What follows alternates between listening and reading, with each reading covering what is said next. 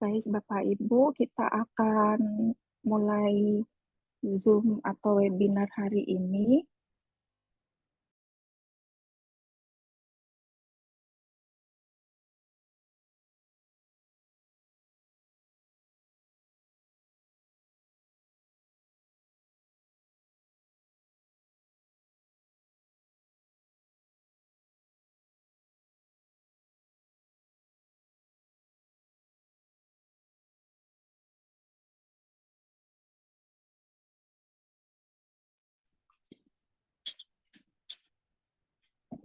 Bismillahirrahmanirrahim. Assalamualaikum warahmatullahi wabarakatuh.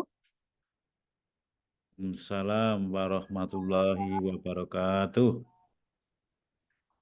Yang kami hormati Bapak Pondidi selaku Kepala SMP Negeri 4 Pakem, yang kami hormati dan kami banggakan Bapak Ibu Guru SMP Negeri 4 Pakem.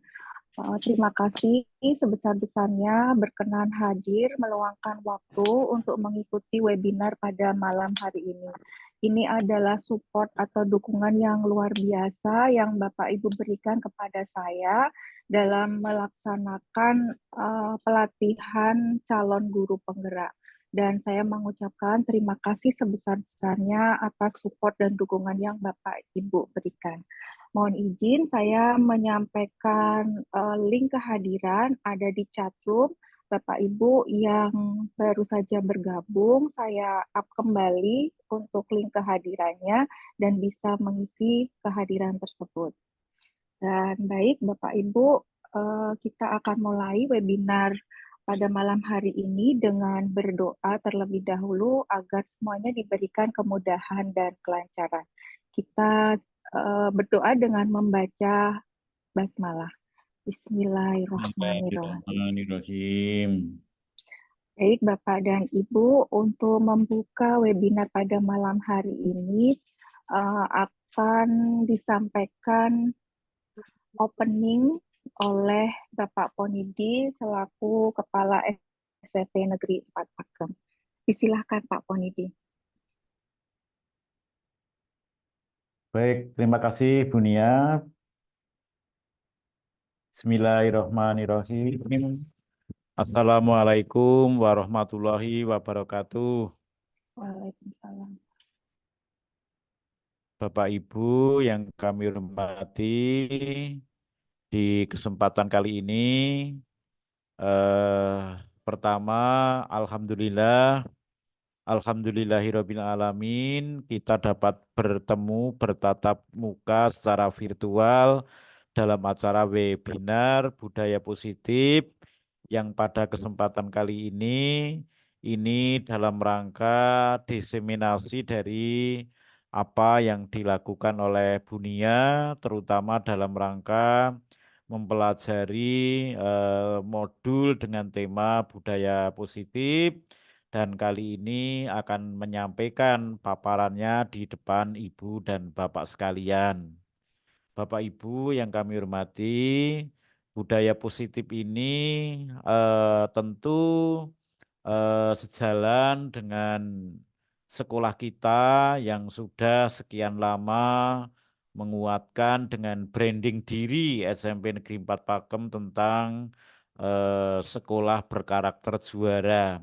Yang perlu digarisbawahi adalah berkarakter. Mudah-mudahan dengan hari ini, malam ini, Bunia memaparkan tentang budaya positif, menambah kita semua bersama-sama menambah paham, kemudian saling berbagi, kemudian ada pengalaman tersendiri, sehingga harapannya ke depan karakter peduli, karakter mandiri, karakter apa saja yang ada di SMP Negeri 4 Pakem bisa terus berkembang.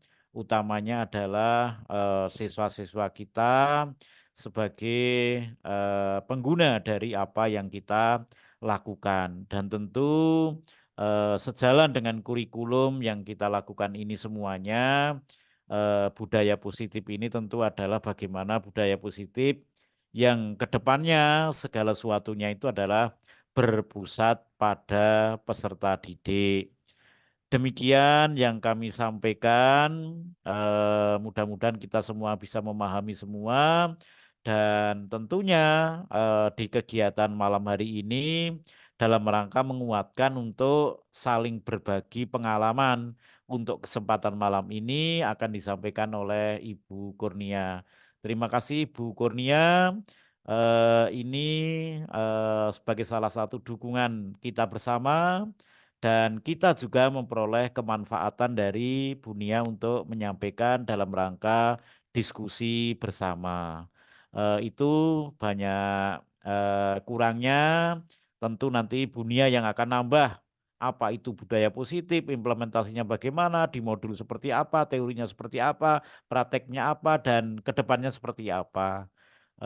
Begitu. Terima kasih. Assalamualaikum warahmatullahi wabarakatuh. Waalaikumsalam warahmatullahi wabarakatuh. Terima kasih Pak Ponidi atas segala dukungannya terhadap kami sehingga memantapkan kami untuk melanjutkan perjuangan mengikuti pelatihan guru penggerak. Dan teman-teman juga Bapak Ibu guru, apa yang Bapak Ibu guru berikan kepada kami sungguh-sungguh sangat berharga bagi kami sehingga kami uh, apa ya kita merasa saya sendiri merasa seperti saya disupport oleh keluarga saya sendiri yaitu keluarga yang ada di SMP Negeri 4 Pakem dan tentunya itu terjadi karena memang budaya positif itu sudah ada di lingkungan kita selama ini. Baik, selanjutnya Bapak Ibu mohon izin saya untuk screen materi kita hari ini.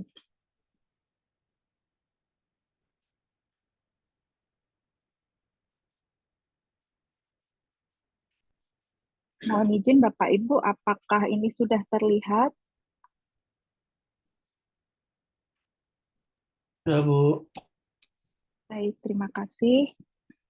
Bapak Ibu, pada malam hari ini saya akan menyampaikan diseminasi budaya positif yang saya beri judul Family Culture di SMP Negeri 4 Pakem.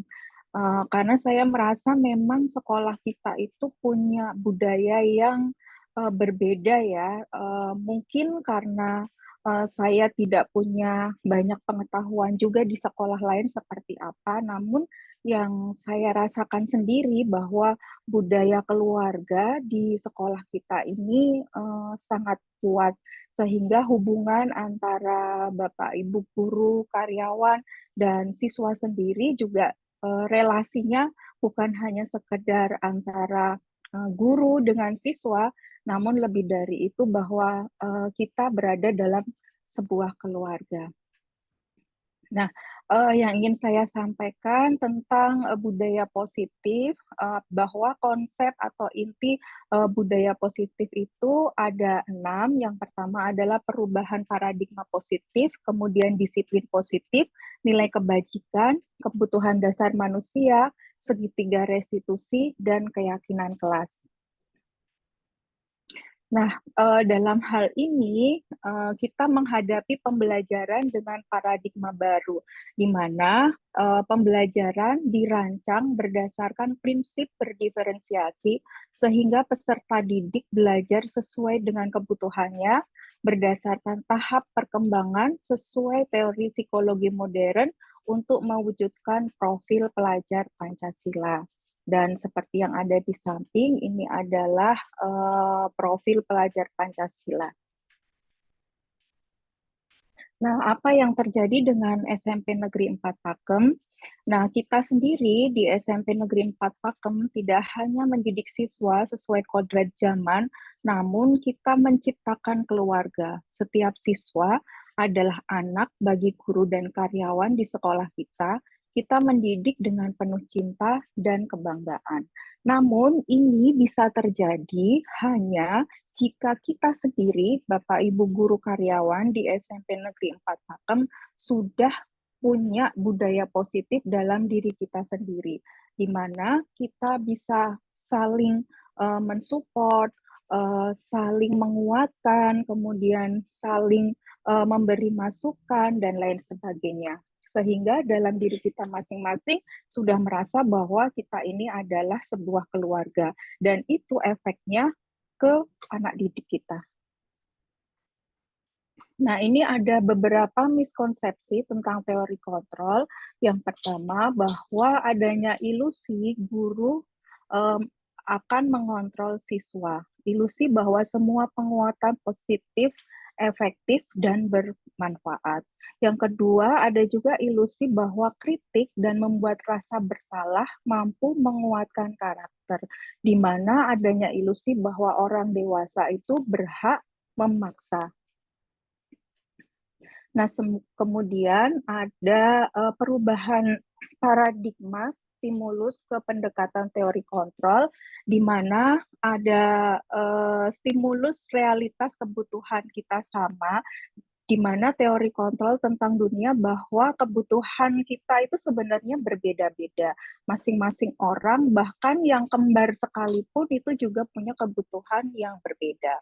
Kemudian ada stimulus bahwa semua orang melihat hal yang sama.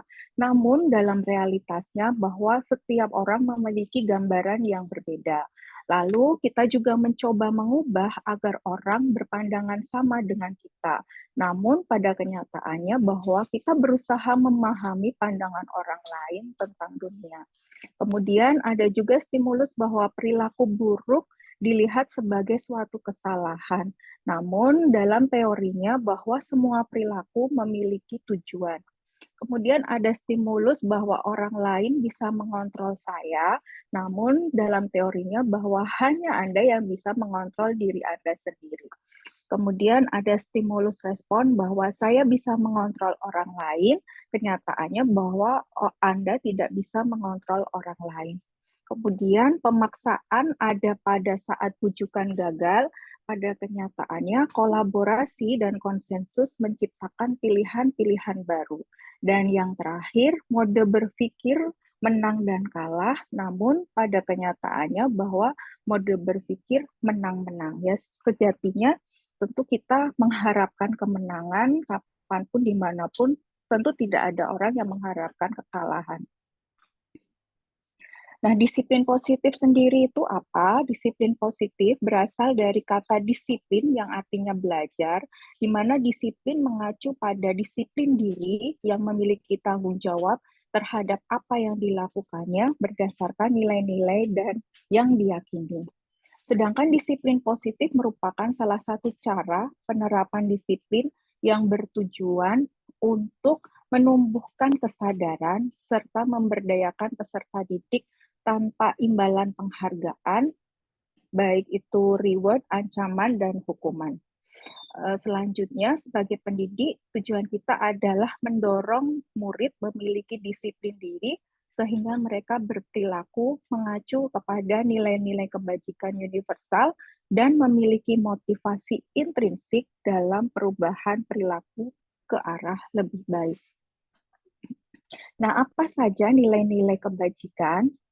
Nilai kebajikan itu sendiri adalah nilai yang disepakati bersama, lepas dari suku, agama, bangsa, bahasa, maupun latar belakang. Apa saja contoh nilai kebajikan institusi atau organisasi? Berdasarkan profil pelajar Pancasila, tentu Bapak dan Ibu sudah sangat sering sekali mendengarkan ini, bahkan sudah mengimplementasikan di kehidupan sehari-hari, yaitu ada beriman bertakwa kepada Tuhan Yang Maha Esa, berakhlak mulia, berkebinekaan global, gotong royong, mandiri, bernalar kritis, dan kreatif. Sedangkan menurut IBO Primary Years Program, di mana nilai kebajikan itu adalah toleransi, rasa hormat, integritas, mandiri, menghargai, antusias, empati, keingintahuan, kreativitas, kerjasama, percaya diri, dan komitmen.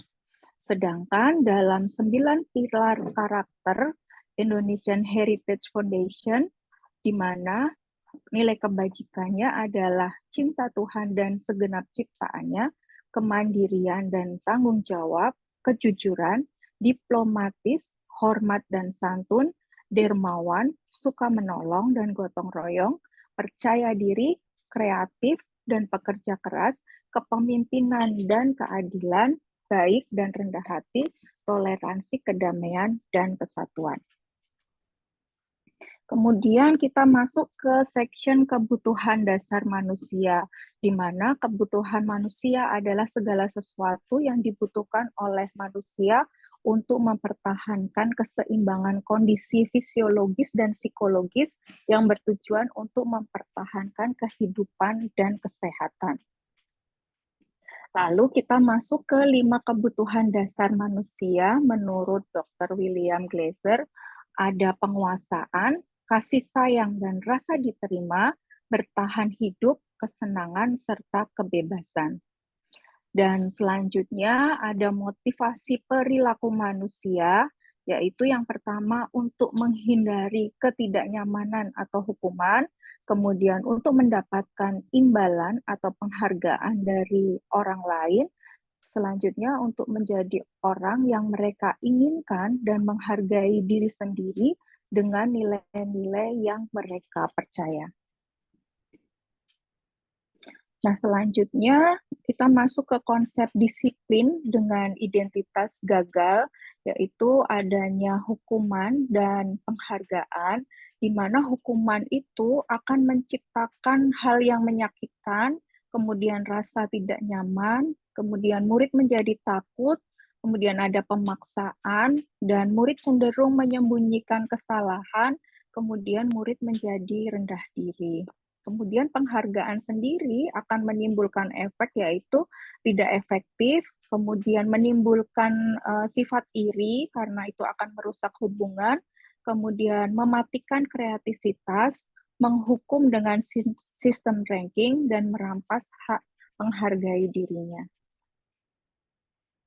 Kemudian konsep disiplin dengan identitas sukses terdiri dari konsekuensi dan restitusi. Untuk konsekuensi, adanya penguatan jangka panjang, kemudian konsekuensi sendiri butuh monitoring secara berkelanjutan, kemudian butuh stimulus, lalu selanjutnya murid akan menghormati peraturan, kemudian konsekuensi sendiri akan kehilangan waktu untuk merenungi kesalahan. Sedangkan restitusi akan mengakibatkan murid bertanggung jawab pada perilakunya, kemudian fokus pada pemecahan masalah jangka panjang, kemudian murid menghormati dirinya dan orang lain, kemudian adanya teori kontrol di mana dirinya memegang kontrol, kemudian murid bersemangat untuk memperbaiki kesalahan. Kemudian konsep disiplin dengan pendekatan restitusi merupakan sebuah cara untuk menanamkan disiplin positif pada murid, di mana pengertian restitusi adalah proses menciptakan kondisi bagi murid untuk memperbaiki kesalahan mereka, sehingga mereka bisa kembali pada kelompok mereka dengan karakter yang lebih kuat. Hal ini diambil dari Gosen tahun 2004. Lalu apa saja ciri-ciri restitusi? Yang pertama, bukan untuk menebus kesalahan, namun untuk belajar dari kesalahan. Selanjutnya, memperbaiki hubungan. Kemudian tawaran, sifatnya tawaran, bukan paksaan.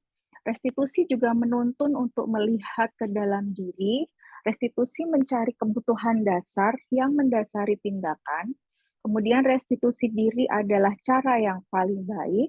Kemudian restitusi fokus pada karakter, bukan tindakan. Restitusi fokus pada solusi.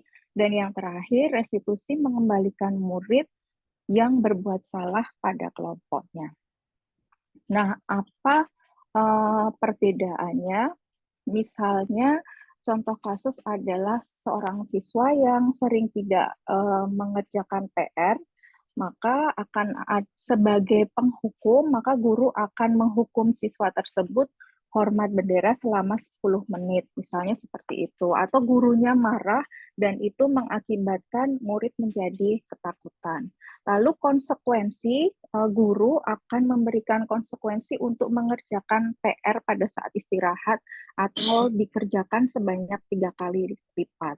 Kemudian kalau itu adalah sebuah konsekuensi, maka guru akan tegas dan siswa menghormati peraturan. Kemudian bila itu dijalankan restitusi, maka guru akan menanyakan keyakinan kelas terlebih dahulu, kemudian siswa menyelesaikan masalahnya. Nah, di sini guru akan terbuka dan siswa menghormati dirinya dan orang lain. Nah, apa posisi kontrol dalam restitusi? Yang pertama adalah sebagai penghukum, yang kedua guru sebagai pembuat rasa bersalah, yang ketiga guru sebagai teman, yang keempat guru sebagai pemantau, dan yang terakhir adalah guru sebagai manajer.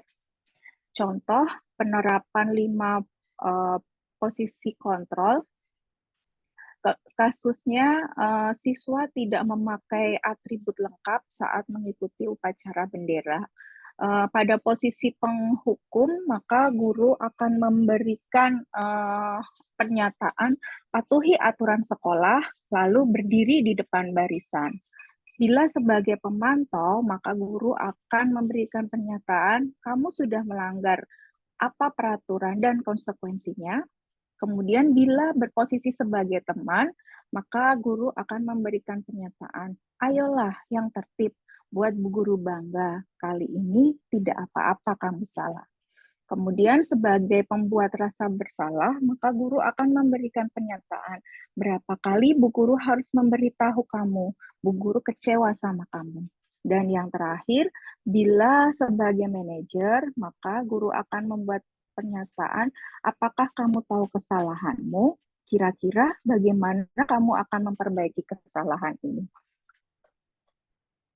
Nah, kemudian kita masuk ke section keyakinan kelas.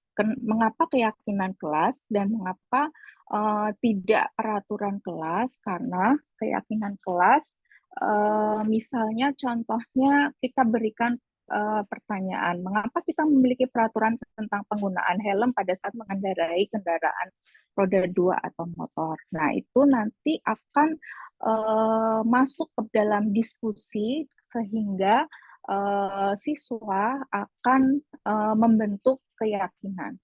Kemudian contoh yang lainnya adalah mengapa kita memiliki peraturan tentang penggunaan masker dan mencuci tangan setiap saat. Nah, kita akan membawa siswa ke dalam sebuah diskusi sehingga nanti siswa bisa muncul keyakinan kelas, di mana keyakinan itu dibentuk oleh bersama dan dijalankan secara bersama-sama. Nah, bagaimana membentuk keyakinan kelas? Karena keyakinan kelas ini sifatnya lebih abstrak daripada peraturan. Kemudian keyakinan kelas juga tidak usah terlalu banyak, namun sedikit saja dan mudah diingat oleh anak. Kemudian merupakan pernyataan yang universal, dapat diterapkan di kelas. Kemudian bersedia meninjau kembali keyakinan kelas dari waktu ke waktu. Kemudian dibuat dalam bentuk positif, dan yang terakhir, semua warga kelas hendaknya ikut berkontribusi dalam pembuatan keyakinan kelas. Nah, ini adalah segitiga restitusi, di mana di dalam segitiga restitusi itu ada menanyakan keyakinan, menstabilkan identitas, dan validasi kebutuhan. Kemudian apa saja di dalam sisi-sisi dari segitiga restitusi tersebut? Yang pertama, pada sisi menanyakan keyakinan, contohnya misalnya nilai apa yang telah kamu sepakati, kemudian kamu ingin menjadi orang seperti apa, kemudian pada menstabilkan identitas, contohnya adalah kamu bukan satu-satunya yang pernah melakukan hal ini. Lalu contoh yang lainnya adalah setiap orang pasti pernah melakukan kesalahan. Lalu pada sisi validasi kebutuhan, contoh-contoh ya pernyataan yang bisa kita sampaikan kepada siswa adalah kamu tentu punya alasan mengapa melakukan hal ini. Dan selanjutnya contohnya adalah adakah cara yang lebih efektif untuk mendapatkan apa yang kamu butuhkan. Baik Bapak dan Ibu, saya yakin semua yang saya sampaikan di sini sudah khatam ya untuk Bapak dan Ibu.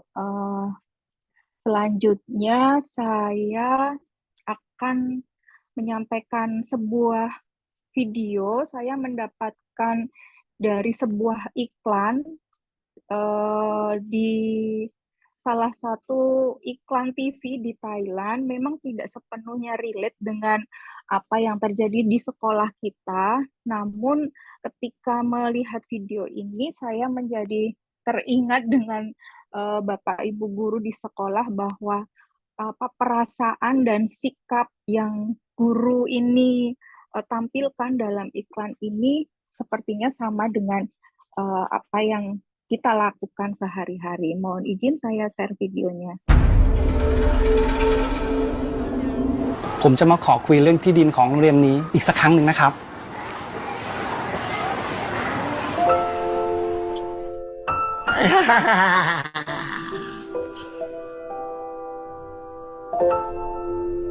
คือเขาทำสิ่งที่เป็นไปไม่ได้อะเราไปขายที่แล้วเขาก็ยังมาขอซื้ออะตลกไหมถ้าโรงเรียนนี้ล้มเด็กจะไปเรียนที่ไหนแถวนี้เป็นแพงๆนั่นเลยมีเรียนที่รับเด็กที่ยากจน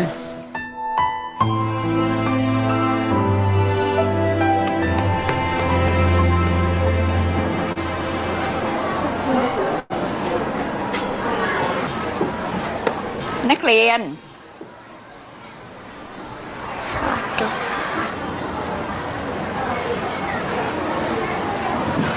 ปลาหมึกเธอหนวดโผล่หมดแล้ว เอาตัวใหม่ไป คุณค่ะ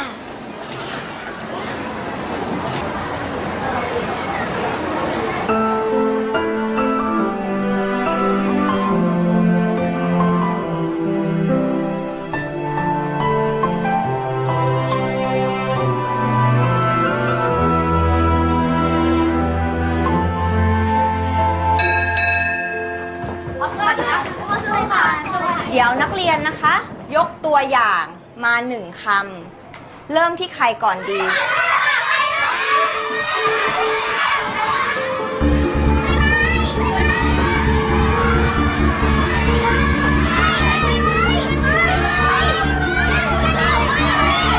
ครูคะขอเนี่ยกลับบ้านค่ะ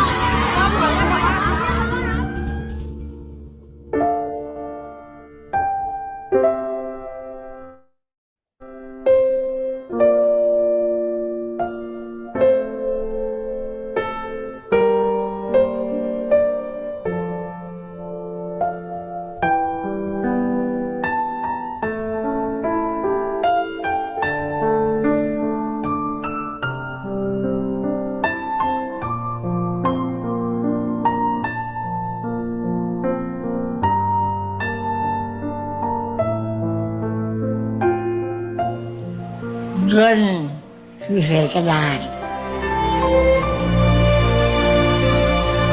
บ้านนักเรียน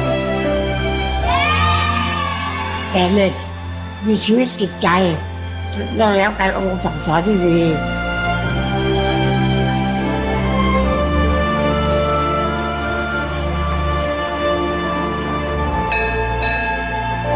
นักเรียนกลับบ้านได้ค่ะ เรียนค่ะขอบคุณครับ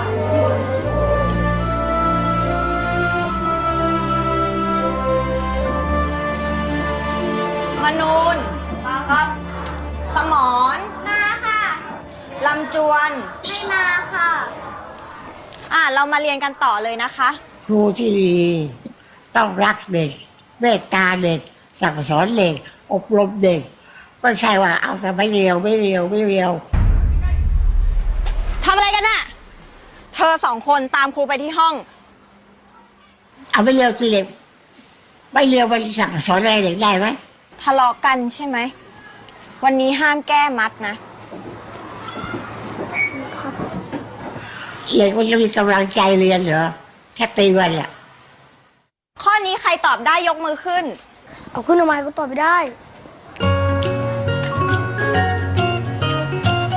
มนู ขอไข่ครับ ถูกต้องค่ะ ปรบมือให้เพื่อนหน่อยค่ะ sih? Nih. Oh, ดวงตาแล้วเนี่ยโดนอีกแล้วผมจะไม่ทะเลาะกันแล้วครับคำพูดเลยค่ะ จำไว้นะ เพื่อนกันต้องรักกัน ขอบคุณครับ คำพูดเลยค่ะที่ทำให้เด็กดี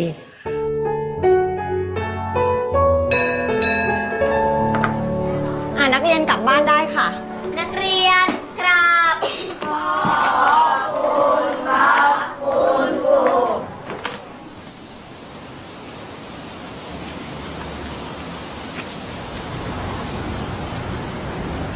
วันละ1 เม็ดนะคะแม่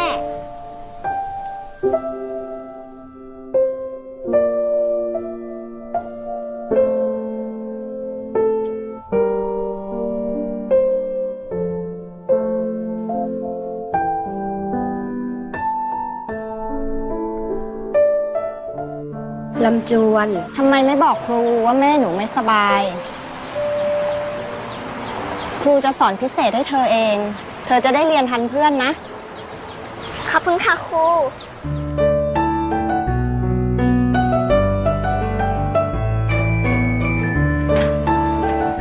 มา เดี๋ยวครูช่วย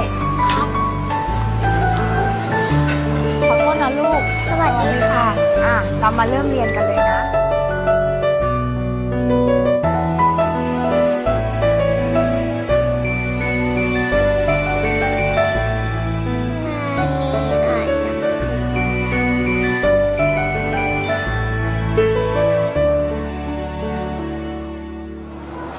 สวัสดีค่ะ สวัสดีค่ะ ครูครับครูครับ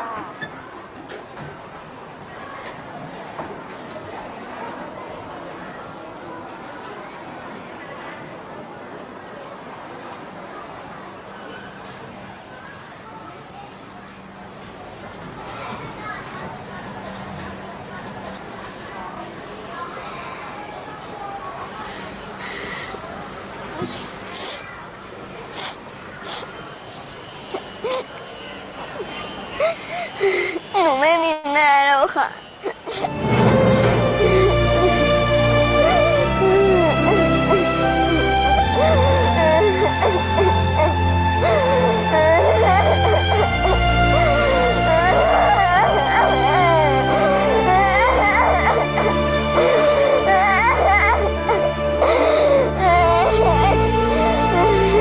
ครูจะเป็นแม่ให้เธอเอง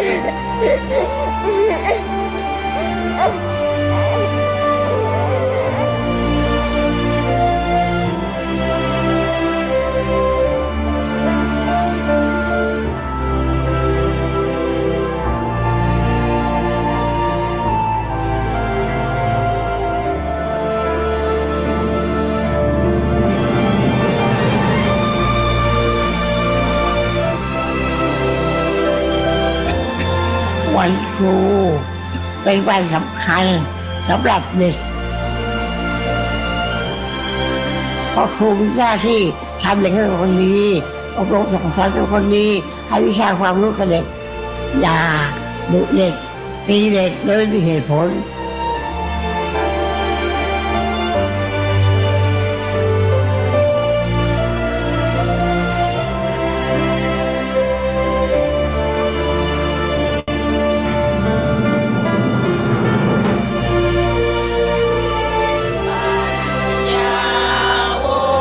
ที่เรียกว่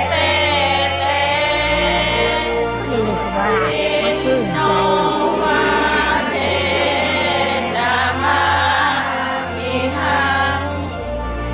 ขอบใจนะ ให้เธอทุกคนมีความสุขนะ อย่าเจ็บอย่าไข้อายุยืนแข็งแรงอย่างครูนะ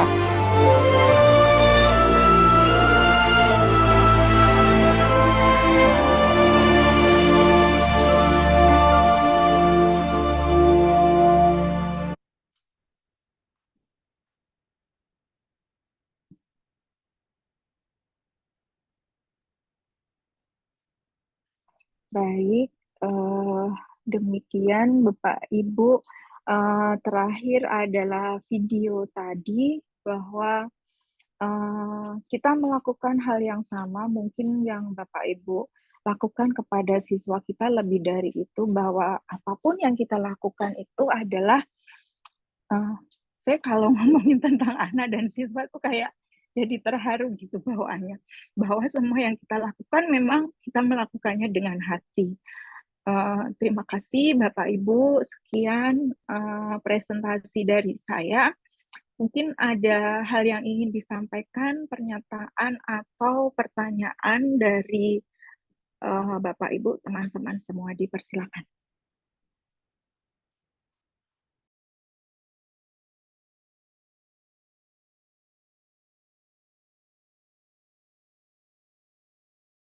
Atau berdasarkan pengalaman Bapak Ibu, mungkin ada yang ingin sharing pengalamannya di kelas dalam mengimplementasikan disiplin positif di kelasnya masing-masing, karena tentu kita sudah melaksanakan ini mulai dari keyakinan kelas sampai dengan segitiga restitusi. Mungkin ada yang ingin sharing pengalaman Bapak Ibu. Bisa Dipersilakan. bertanya Mbak Nia? Baik Pak, Iya. monggo Pak. Terima kasih. Ini tapi saya nggak bisa nutup nanti ya. Iya Pak. Saya itu termasuk orang yang kategorinya pesimis. Di keluarga pun juga saya termasuk orang yang sangat pesimis. Sehingga pernah kejadian ketika anak saya itu punya ide, saya bilang, itu udah biasa, nggak usah. Tapi setahun kemudian ide anak saya itu ditulis dan juara 1 nasional, sehingga saya dimarahi oleh anak dan ibunya. Gara-gara bapak nggak jadi gitu. Karena saya pesimis. Nah, disiplin positif ini pun saya masih, maaf ya, ini perasaan ya, masih mengawang-awang saya itu. Karena begini, mungkin pemikiran saya sudah terstruktur dari zaman kuno ya. Di dalam agama itu pun juga ada namanya basyiron wa nadhiron, yaitu kabar gembira dan juga ancaman atau peringatan. Unsur takwa itu ada khauf wal ju', yaitu harapan dan rasa takut, sehingga menjadi orang yang bertakwa. Nah, sehingga pemikiran saya itu seperti itu. Kemudian yang kedua, sebuah karakter itu dimulai dari pembiasaan. Nah, biasanya pembiasaan itu, ini versi saya, pemikiran saya yang pesimis ya, itu tanpa ada, ya katakanlah ada sanksi dan lain sebagainya, itu kayaknya kok sulit. Kemudian ketika kita belajar sosiologi itu ada norma, ada sanksi. Ketika sanksi itu ketika sanksi itu ringan, maka norma akan terabaikan. Tetapi ketika sanksi itu tinggi, maka norma akan diperhatikan. Nah, sehingga itu sebuah pasangan, ya, pasangan. Nah, kemudian saya melihat anak-anak kita ketika itu upacara. Setiap hari itu Bu Tari, Bu Ardina dari BP, Pak Andes sudah selalu menunjukkan kesalahan-kesalahannya, sudah dijelaskan, sudah dibimbing. Tapi ternyata juga tidak ada perubahan. Sehingga saya itu pusing. Iki janjane disiplin positif itu janjane sing efektif sing kepilih pendekatannya. Sehingga ya maaf, ini pemikiran wong tua gitu ya. Sehingga pemikiran kuno, sehingga jak berubah itu sulit sekali. Mohon tanggapannya Mbak Nia. Terima kasih. Baik Pak Mur, terima kasih. Memang kita ini termasuk hasil dari pendidikan di masa lampau ya Pak ya, bahwa kita sering ditakut-takuti dengan berbagai macam sanksi, ataupun hukuman yang itu merupakan konsekuensi dari tindakan yang kita lakukan atau lebih tepatnya kesalahan yang kita lakukan. Namun di kurikulum Merdeka ini muncullah sebuah paradigma baru di mana salah satunya itu adalah keyakinan kelas, bahwa keyakinan kelas ini implementasinya adalah kita berdiskusi dengan siswa, sehingga guru itu bukan sebagai orang dewasa yang seperti tadi ada gambaran tadi bahwa seperti orang-orang yang menggerakkan boneka gitu ya. Jadi siswa itu seperti boneka yang kita gerakkan, bisa kita atur langkahnya, tindakannya dan lain sebagainya. Namun kita ini juga menghadapi generasi yang mungkin ada beberapa anak yang Bapak Ibu juga mungkin menyadarinya bahwa ketika kita melarang sesuatu itu apa alasannya?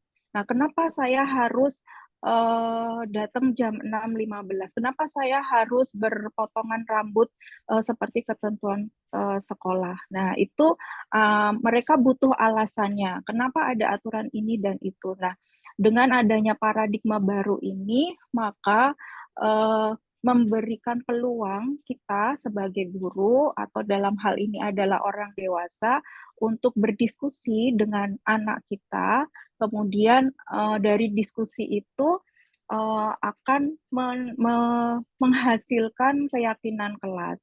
Nah, keyakinan kelas itulah nanti akan menjadi patokan kita dalam kehidupan sehari-harinya, karena keyakinan kelas itu disusun sendiri oleh anak. Kemudian anak juga menjalankan apa yang menjadi keyakinannya. Dan tentunya keyakinan kelas ini bukan hanya keyakinan yang timbul sesaat ketika mereka berada di sekolah. Ya, ibaratnya sekolah itu adalah miniaturnya atau persiapan mereka untuk hidup yang sebenarnya nanti. Nah, sehingga sekolah ini menjadi tempat latihan mereka. Bagaimana kalau kamu melanggar keyakinan kelas, apa yang akan terjadi, kemudian konsekuensi apa yang akan kamu dapatkan dan lain sebagainya. Jadi kita juga melatih siswa bahwa mempersiapkan siswa nanti ketika kamu hidup nanti ini loh, seperti ini loh yang akan kamu hadapi. Begitu. Mungkin dari teman-teman ada yang bisa menambahkan atau punya pendapat lain, dipersilahkan.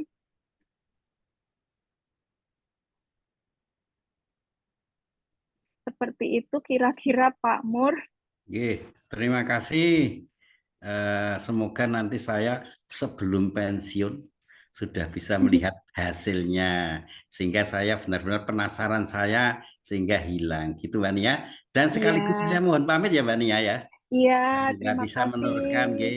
Terima kasih. Assalamualaikum. Matur nuwun sangat. Waalaikumsalam. Terima kasih Pak Mur. Monggo Bu Hilma. Baik, terima kasih Bu Lia. Mohon maaf ini sedang di jalan jadi off cam ya Bu. Iya, nggak apa-apa Bu. Dari yang Bu Lia sampaikan tadi luar biasa sekali, menginspirasi sekali, ditambah dengan video, jadi semakin menguatkan dan membukakan mata kita. Kalau saya hanya sedikit mungkin tadi menanggapi yang disampaikan Pak Mur tadi tentang pesimis, mungkin ya kadang-kala memang kita mungkin melihat itu seperti wah masa sih itu teori banget ya gitu. Memang begitu nggih awalnya, tetapi sebaiknya kita tetap optimis memang, tapi memang merubah paradigma itu tidak mungkin sekarang kita belajar teori besok pagi langsung langsung berubah, itu tidak, tetapi memang sedikit demi sedikit, tetapi yang penting kita melaksanakannya ya, meskipun memang kadang-kala memang belum 100% kita bisa menerapkan segitiga restitusi 100%, memang kadang-kadang ya masih ada sedikit istilahnya sedikit mungkin belum selalu posisi manajer ya, kadangkala masih teman, kadangkala masih pembuat rasa bersalah. Menurut saya itu memang proses, tetapi mari kita sama-sama tetap optimis bahwa dengan budaya positif ini harapannya ke depannya tumbuh kesadaran-kesadaran dari anak, sehingga ketika mereka melakukan segala sesuatu itu memang dari dirinya sendiri, bukan karena takut dihukum atau ingin mendapatkan imbalan. Mungkin itu sedikit dari saya untuk tambahan untuk menguatkan dunia tadi. Terima kasih. Baik, terima kasih Bu Hilma untuk penguatannya. Ya tentu apa yang kita lakukan semuanya masih berproses. Kita hasilnya itu nanti adalah ada di anak. Ya alhamdulillah kita di SMP Negeri 4 Pakem selalu menumbuhkan budaya positif dan itu menjadi karakter. Sesungguhnya kan kita tidak hanya menumbuhkan karakter pada anak selaku siswa kita gitu ya, namun tanpa kita sadari bahwa itu juga ternyata menumbuhkan karakter bagi diri kita sendiri. Dan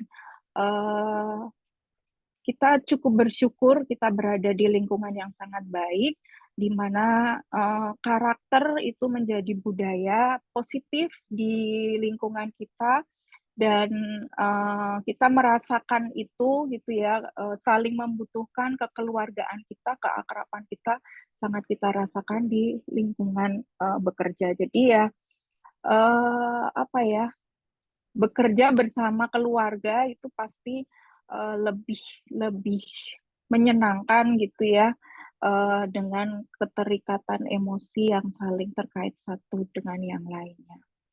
Baik, Bu Narse, mungkin Bu Narse punya pengalaman apa? Mohon izin Bu Narse, mungkin bisa sharing pengalaman terkait dengan budaya positif atau segitiga restitusi yang pernah Bu Narse alami di kelas Bu Narse. Baik Bunia, mohon maaf mungkin suara saya tidak begitu jelas ya. Sangat jelas Bu. Oh, terima kasih. Terima kasih Bunia kesempatannya untuk pengalaman saya di kelas itu memang ketika budaya positif ini akan menjadi sebuah kebiasaan, yaitu memang harus dibiasakan. Kuncinya mungkin itu ya, ketika kita akan mengubah sesuatu, itu tidak serta-merta, tetapi itu harus kita lakukan, kita biasakan. Jadi itu juga tak lepas dari teladan yang kita lakukan kepada anak-anak. Menurut saya kok begitu Bunia, dan itu menjadi sebuah pengalaman. Ketika kita memberikan teladan itu otomatis siswa itu akan melihat apa yang kita lakukan, kemudian harapannya kan mereka akan meniru hal baik yang kita lakukan.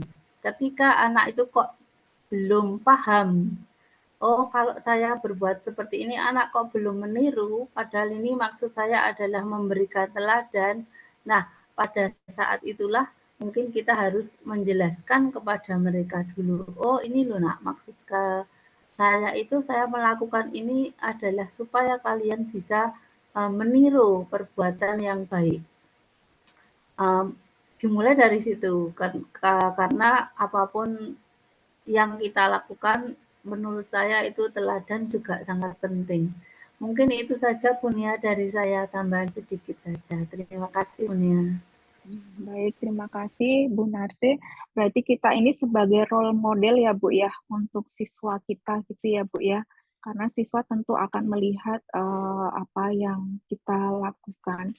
Saya jadi teringat sebuah kasus beberapa minggu yang lalu, 2 atau 3 minggu yang lalu. Jadi di kelas 7E itu ada siswa yang namanya Ditya. Ditya ini sepertinya anaknya agak hiperaktif. Maksudnya dia sering mengganggu temannya. Beberapa kejadian gitu ya, temannya merasa dikerjain oleh Ditya dan merasa sangat terganggu. Beberapa kali saya memanggil Ditya untuk saya tanya apa sebenarnya yang maksud dia mengganggu temannya. Dan kasus yang terakhir itu adalah Ditya itu menghantam tembok dinding asrama putra dan itu sampai bolong, benar-benar sampai bolong gitu. Kemudian saya ketemu dengan Ditya, saya tanya, ketika ketemu saya pertama kali, mukanya sudah sangat ketakutan melihat saya. Itu dia jadi sangat ketakutan gitu. Bu, kenapa Bu? Saya lagi ya Bu, gitu kan. Kemudian kita duduk gitu, saya tanya, Ditya kemarin benar Ditya yang melubangi dinding kamar asrama putra. Iya Bu, kenapa? Jadi saya lagi main sama teman, kemudian pakai sapu gitu, kemudian sapu itu mengenai dinding, lalu agak retak gitu, namun sama dia malah sekalian dihantam gitu, dindingnya jadi berlubang gitu. Kemudian saya ngobrol sama Ditya, maksudnya apa kok melakukan itu? Kemudian dia, ya nggak ada maksud apa-apa sih Bu, saya cuman iseng saja gitu kan. Tapi dari obrolan kami itu dia sudah sangat ketakutan mukanya gitu. Tapi saya lebih bawa dia ngobrol dan agak bercanda gitu. Dan setelah itu dia merasa nyaman ngobrol dengan saya. Kemudian dia menyampaikan, dan ternyata apa yang saya obrolkan dengan Ditya itu diceritakan kepada ibunya gitu. Dan Ditya menyampaikan ternyata Bunia tuh nggak marah, Ma. Padahal aku tuh udah takut banget gitu bersama Bunia. Aku takut nanti kalau aku dimarahi sama Bunia. Ternyata Bunia tuh nggak marah, Ma, gitu. Jadi saya jadi berpikir bahwa oh ternyata kalau kita ngobrol dengan anak dengan situasi dan kondisi yang membuat dia nyaman, itu malah benar-benar diingat sama dia gitu ya, bahkan sampai diceritakan kepada orang tuanya. Dan dia juga bisa menyadari kesalahannya bahwa apa yang dia lakukan itu tidak baik, mengganggu orang lain, merusak fasilitas dan lain sebagainya. Jadi saya merasa, oh ya, betul juga ya, ternyata apa yang saya pelajari di modul budaya positif ini ketika saya terapkan kepada siswa itu ya ternyata mereka bisa menerima itu dan merasa bahwa oh aku tuh didengarkan, oh aku tuh kenapa aku melakukan ini, alasanku itu akan didengarkan dan oh ternyata guru nggak marah loh kalau kita ngomong yang sebenarnya. Nah, begitu Bapak Ibu sharing saya terhadap kasusnya Ditya. Ya, mungkin Bapak Ibu juga menghadapi kasus-kasus yang beraneka ragam di kelasnya masing-masing, karena sebagai wali kelas ya tentu sangat kompleks ya yang kita hadapi ya. Terutama di kelas E itu kasusnya tidak hanya dalam kelas tapi dalam asrama, bahkan kasus bersama orang tua, anak berkasus dengan orang tua pun terkadang itu jadi pemikiran kita juga, walaupun itu sebenarnya ranahnya adalah ranah keluarga gitu ya, namun sebagai guru kita tentu juga memikirkan bagaimana anak ini di sekolah, hubungan dengan teman dan lain sebagainya. Mungkin ada Bapak Ibu yang akan sharing lagi atau pernyataan dari Bapak Ibu.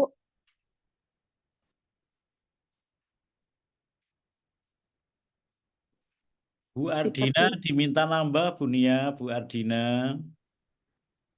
Baik, Pak Bu Ardina, halo. Selamat malam, Bunia.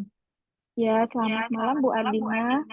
Oh iya, tapi sebelumnya mohon maaf ya Ibu, saya belum bisa on cam karena ini bersama apa-apa, dengan Bu. Ibu cita saya. Iya, mohon maaf ya Bu ya mengganggu waktu istirahatnya. Iya, Ibu, masih aman. Yes, langsung saja nggih Bu Nia.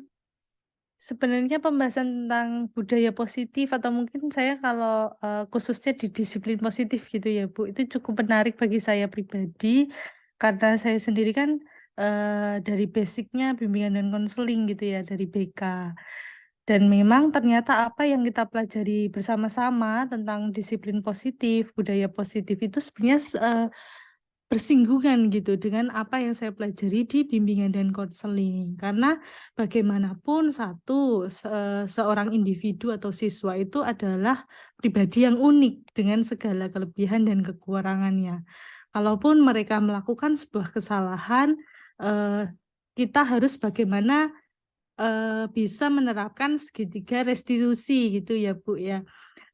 Karena kita menempatkan diri sendiri aja ngoten. Kita sebagai pribadi melakukan kesalahan tuh kadang atau bahkan sering kita tuh sebenarnya sadar kita melakukan kesalahan. Tapi kan kemudian responnya beda-beda nggih, wonten yang denial atau mungkin langsung coping mechanism dan lain sebagainya. Nah, pentingnya kita sebagai sekarang ini sebagai guru, gimana bisa memfasilitasi anak supaya dia nyaman dulu, menetralisir identitasnya bahwa tidak apa-apa melakukan kesalahan, semua orang melakukan, kemudian baru dikembalikan seharusnya keyakinan apa yang kamu yakini, kesalahan apa yang kamu perbuat dan lain sebagainya. Seperti yang disampaikan Bu Hilma juga mungkin itu dirasanya sangat teoritis gitu nggih. Kepada kenyataan kalau kita melakukan di lapangan, terus kemudian ada banyak pelanggar, apa ya, ada banyak yang melanggar dan lain sebagainya kan membutuhkan waktu yang banyak dan ternyata memang disitulah titiknya gitu. Kita memang harus lebih bisa fleksibel gitu ya bahasanya ya Bu. Di mana kita tetap optimis, tetap positif, kita tetap mengimplementasikan disiplin positif, walaupun mungkin dirasanya berat gitu, wah itu teoritis banget, tapi apa salahnya ketika kita berusaha dengan hal-hal yang baik seperti itu Bu, karena memang kembali lagi saya sampaikan kan memang di BK itu juga kalau di kami bahasanya tuh mungkin konseling gitu ya Bu ya. Dalam konseling pun tuh sebenarnya ada tekniknya dalam arti bagaimana kita membangun suasana, dibuat nyaman dulu, kemudian baru kita anak diminta cerita, kemudian dibantu untuk refleksi, membangun solusi untuk dirinya sendiri dan lain sebagainya. Dan itu cukup menarik bahwa ternyata sekarang semuanya belajar tentang itu. Jadi bagaimanapun ternyata memang bagus gitu kan Bu, budaya positif. Seperti itu mungkin Bu tambahan dari saya Bu Nia. Baik, terima kasih Bu Ardina. Bu Ardina, saya izin sedikit bertanya Bu Ardina Boleh Ibu, monggo. bahwa ketika Ana menghadapi sebuah kasus, ternyata dalam pemikirannya dia itu sudah menemukan solusi untuk kasusnya tersebut. Apakah itu memang berlaku untuk semua anak di fase anak SMP itu, Bu Ardina, atau itu hanya berlaku untuk anak-anak tertentu saja, Bu Ardina? Terima kasih. Oke. Oh iya Bu, jadi maksudnya ketika mungkin mereka mengalami suatu permasalahan, kemudian mereka sendiri sudah punya solusi gitu ya Bu ya? Apakah itu tuh bisa ditanamkan dalam semua fase gitu ya Bu ya? Oke, kalau saya mungkin menjawabnya sedikit dari ini ya Bu ya, dari ranah saya sebagai BK ngoten nggih Bu nggih. Kan memang kita terbagi dalam beberapa fase gitu. Kalau apa yang dari saya pelajari di sisi psikologis ngoten, kan memang kalau kita semisal anak SD gitu ya, kita belum tentu juga bisa memaksakan dia untuk tahu solusi apa yang apa ya, bisa muncul dari mereka. Nah, sebenarnya kita itu kan posisinya sebagai fasilitator gitu Bu. Kuncinya di situ, kita itu guru sebagai fasilitator. Jadi kalau dalam BK sendiri itu tuh misal kita ngomongin tentang konseling itu tekniknya kan banyak ya Bu. Ada yang tekniknya dalam arti memecah rasionalnya dia ketika ada pikiran-pikiran yang irasional menjadi rasional. Atau kita pakai teknik yang lain, dibangun langsung diarahkan ke solusi tanpa dipikirkan hal-hal yang sudah lalu. Atau bahkan ada yang malah yang lalu-lalu tuh dibahas, diungkit biar nanti kedepannya bisa menciptakan solusi. Nah itu tuh ternyata banyak caranya gitu. Dan menurut saya pribadi ngomongin tentang solusi ini tadi ya Bu, sebenarnya kan udah ada fasenya. Misal kita sama anak SMA aja kan mungkin kita menganggap bahwa dia sudah punya identitas sendiri, kemudian dia bisa memutuskan lebih dewasa dan lain sebagainya kayak gitu. Nah, kuncinya itu kalau menurut saya kita itu sebagai fasilitator. Jadi tidak ada salahnya pun kalau kita menawarkan solusi gitu Bu. Dalam arti ini ada plan A, plan B, plan C, atau mungkin kamu ada plan lain seperti itu. Jadi kita jangan sampai memaksakan kamu tuh harusnya melakukan solusi ini. Soalnya kan penekanannya ada di kontrol diri ya Bu ya. Jadi kan kesadaran dia sendiri. Kemudian nanti kalau dia sudah sadar, oh iya ya ternyata itu penting banget ya buat aku.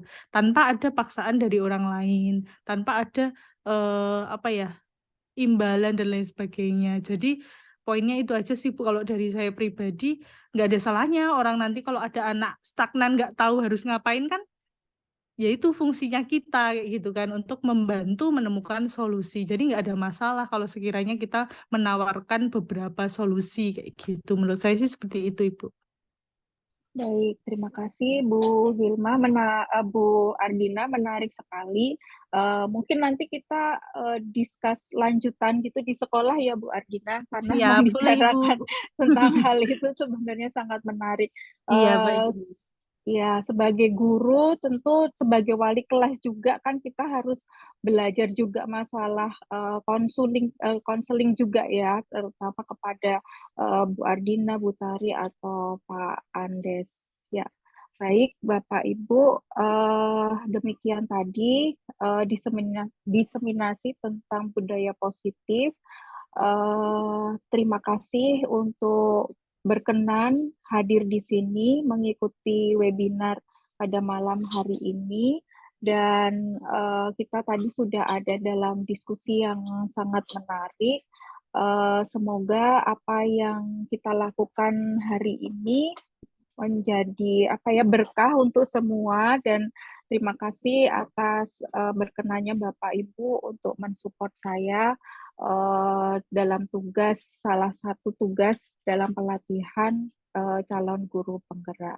Baik Bapak Ibu, sudah malam, mohon maaf mengganggu waktunya istirahat, dan mohon maaf juga kepada teman-teman yang sedang mempersiapkan kemah terganggu dengan hal ini. Semoga besok semuanya berjalan dengan lancar, semuanya sehat, dan yang lebih penting adalah menjalaninya dengan bahagia. Baik, terima kasih Bapak dan Ibu. Sekian diseminasi ini. Kita tutup dengan hamdalah bersama-sama. Alhamdulillahirabbil alamin. Terima kasih semua Bapak Ibu. Assalamualaikum warahmatullahi wabarakatuh. Waalaikumsalam warahmatullahi wabarakatuh.